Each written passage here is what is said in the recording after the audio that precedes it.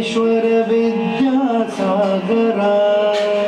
कार्याला यश द्या दयाळा आराध्य मोरेश्वर.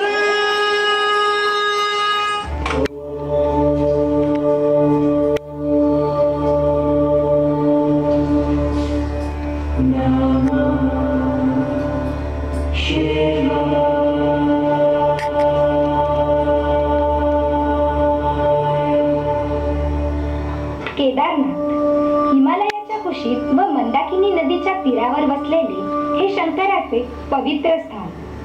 पांडवांनी बांधलेले हे मंदिर आजही दिमाखात उभे आहे. 4 धामापैकी असलेले हे एक धाम. येथील वातावरणात खरोखरच एक वेगळीच प्रसन्नता अनुभवायला मिळते. जगभरातील लाखो लोक येथे दर्शनास येतात. भोलेनाथाच्या गजरात दरमजल करत महादेवाचे दर्शन घेतात.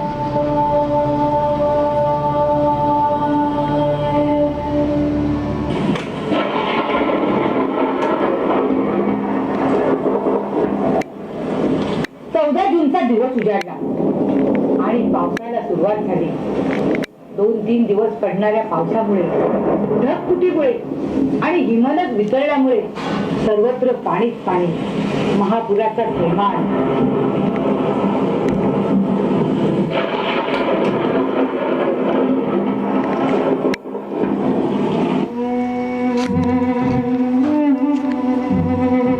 हजारो भाविक त्या पाण्यात वाहून गेले. काही मातीच्या ढिगाऱ्याखाली गाडले गेले. रस्ते खचले. गाड्या इमारती बघता बघता कोसळल्या. जमीनदोस्त जलमय झाल्या.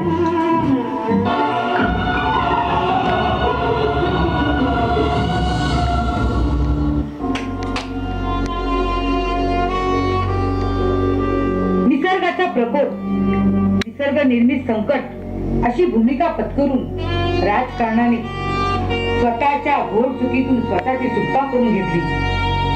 अशी परिस्थिती निर्माण झाली तर काय नियोजन असावं, काय खबरदारी घ्यायला हवी याचं नियोजन मात्र शून्य.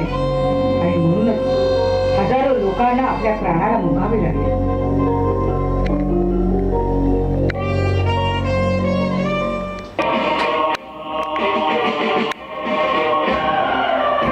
भारतीय लष्कराने आपला जीव धोक्यात घालून हजारो भाविकांना वाचवले.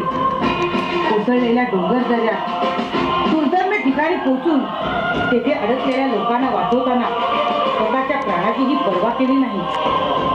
देश रक्षणाच्या भावनेतून लष्कराने केलेल्या या महान कार्याला सलाम.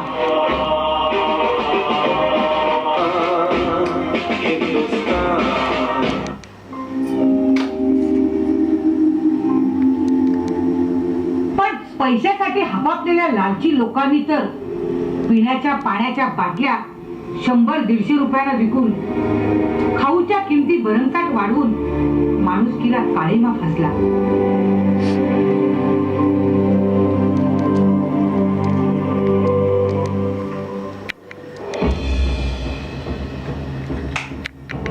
हे गणराया, खरंच आम्ही इतके निर्लज्ज आणि अमानवी झालो आहोत का?